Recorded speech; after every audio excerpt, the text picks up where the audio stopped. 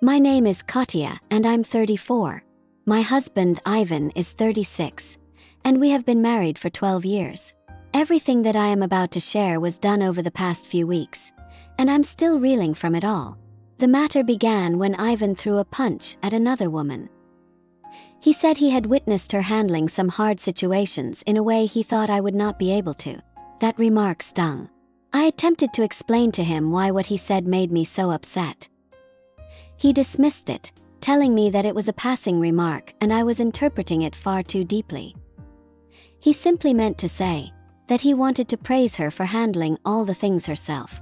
I didn't feel the need to pit me against another woman in order to applaud her.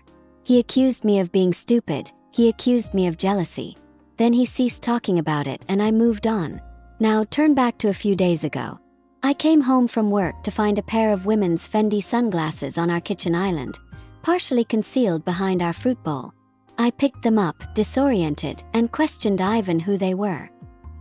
He squinted at me too, equally unsure, and said, "So aren't they yours?" I replied that they certainly weren't mine.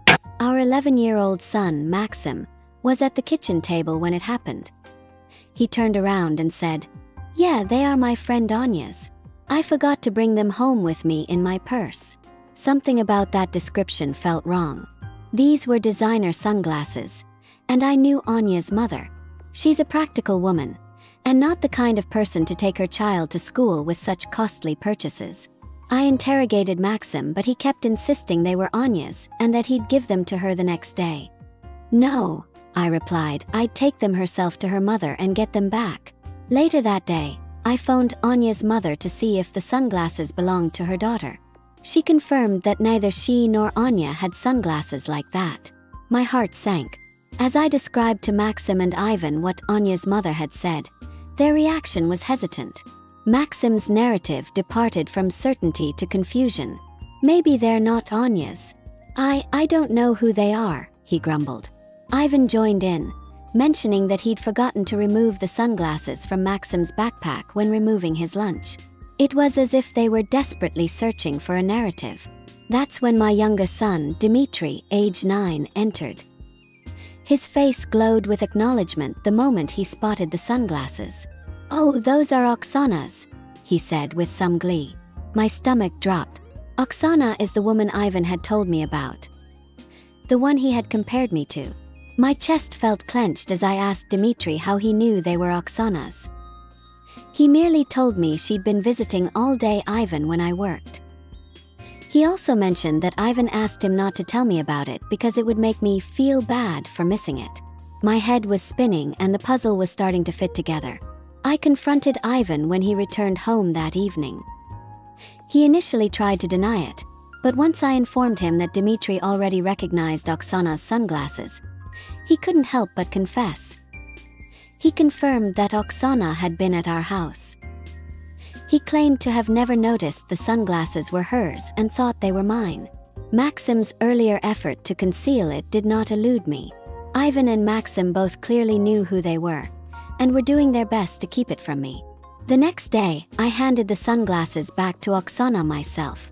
She was really dumbfounded when I informed her that I had no idea she had been spending so much time with my husband. "Well, I thought you two were separated," she asked confusedly. My heart stopped. "Separated?" I repeated. "We are not separated. We're together." Oksana's eyes bulged. She explained to me that Ivan had said we weren't together, that we were just living together and co-parenting our kids. The anger came glistening on my face. That evening, I confronted Ivan with what I had been told. I assured him I was aware he had been cheating on Oksana over our relationship. He silently took a breath and admitted it. He admitted to liking Oksana, but said he hadn't committed an act. He claimed to be trying to understand if he was in love or if it was an ethereal attraction. What I was hearing was utterly shocking. He did not feel the need to tell me about any of this when it was taking place. Rather, he chose to involve our children in his fake news. Ivan apologized, but it didn't feel like an apology. He felt he had torn down the confidence we had maintained for 12 years. I told him to leave. No one either wanted to have anything to do with him anymore. She'd heard his stories and felt as guilty as I did. When it came to my kids, I had a long discussion with Maxim. There's never a virtue in lying about a parent's bad habits, I explained. He didn't quite know what to do, but I felt like he was shocked by everything. The next day, I spoke with an attorney. I will communicate with Ivan only through law enforcement from now on. I deserve better than this. I can't make this any worse for my kids. I never expected this to happen to me, but I want to emerge a better person.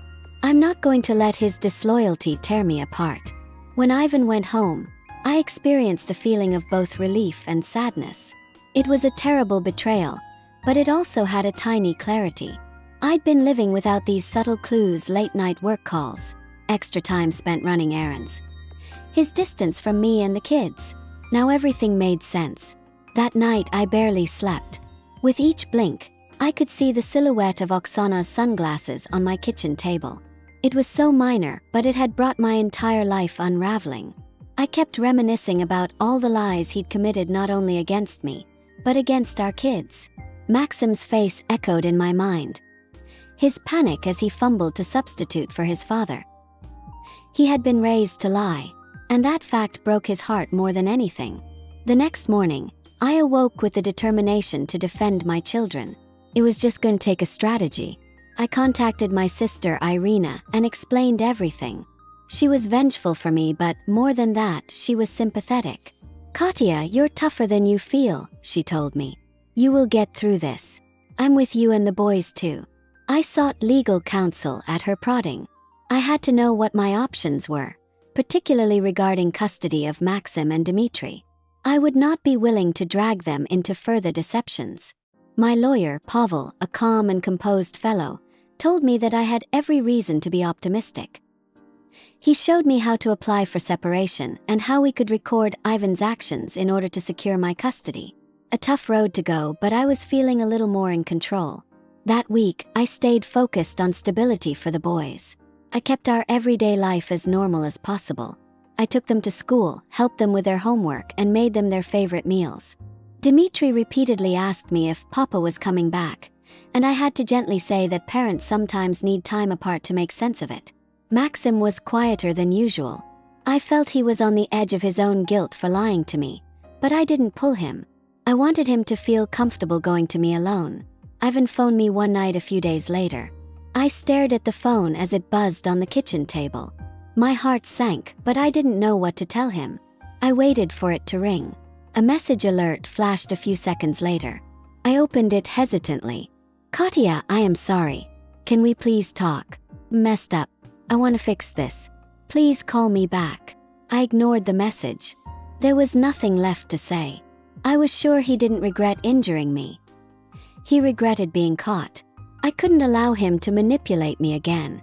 I had already set up another appointment with Pavel for the next step. Ivan arrived on their doorstep the following week. I just collected the boys from school, and we were opening up their backpacks. I heard the front door opening, and here he was, walking through the hall with his hands in his pockets, looking like an abandoned puppy. Maxim's eyes opened, and Dmitry sprinted toward him. "Papa!" he shouted, twirling Ivan around the waist. I stood there unmoving for a moment, my anger and fear boiling up inside me. "You cannot simply come into this room, Ivan," I protested. "You lost that privilege when you left." "I want to talk," he said, gazing down at the boys. "I miss them." "Miss you. Can we sit down, please? Just 5 minutes." "No," I said, standing my ground. "If you want to see them, you go ahead. You talk to Pavel, we make it official. You don't get to creep in here at will." He grinned, evidently not expecting me to challenge him. "Katya, do not do this. We can work it out. We've been together for 12 years. That means something, right?" His eyes met mine with tears, and I was unmoved. "If anything, it's honesty and respect, Ivan," I retorted. "You broke both of those. Leave. Now." His face glazed over, and I detected some fury behind his cool exterior. But he did not argue. He kissed Dmitry on the head, patted Maxim on the back, and walked off. Behind him, the sound of the door closing was like a burden lifted from my chest. I embraced the boys both and felt a surge of affection for them, and proud of myself for not letting them go. Oksana phoned me a week later. She told me that mutual friends had told Ivan I was protecting him from his children. I almost laughed out loud. He can visit them anytime, I assured her. If he does it legally and properly. Oksana sighed across the line. He's telling everyone he's the bad guy, she said. He's trying to get forgiveness. He can tell anybody he wants, said my tone firm.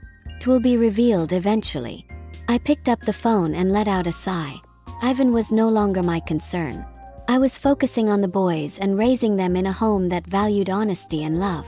So for the next few weeks, I spent as much time with them as possible. I enrolled them in art lessons, movie nights, and even took them out to the country on a weekend to visit my sister Irina. The presence of her and her children made Maxim and Dmitry feel normal. It also helped me know that I was not the only one. One of those moments, as the boys were outside playing, Irina sat beside me. She offered me a cup of tea and said, "You know, you're doing better than you imagine. You are strong, Katya. More potent than Ivan could ever be." The tears flooded my eyes, but not the tears of sorrow. They were tears of appreciation and elation. I'd spent so many years questioning myself, listening to Ivan's comments shake my faith. Now I realized it was real. I had been resilient all along. It was all I could muster. It didn't feel good every day, but I persevered. I'd gone to every lawyer's appointment, every parent-teacher conference, every doctor's appointment. I took care of all the things Ivan was helping me do and more. With every day that went by without him, I felt a little stronger, a little more sure of myself. The boys noticed too. Maxim began babbling, and Dmitry smiled again. Maxim came downstairs one night once they were asleep. He looked nervous. "Mama, will you listen to me?" "Certainly, my friend," I replied, sitting with him on the couch. He looked at the floor and then up at me, tears streaming down his cheeks. "I was lying about the sunglasses, thank you. I was afraid Papa would shit if I told you the truth." I hurt my heart, but I wrapped my arms around him. "I know, Maxim. I know you were scared. I'm glad, though, that you told me now. You are courageous, you do not need to fear anymore." He knelt on my shoulder, tears dripping off my shirt. There I felt like I was doing the right thing. I was teaching my boys what integrity and courage means, and that was worth it. The next few weeks went by too quickly.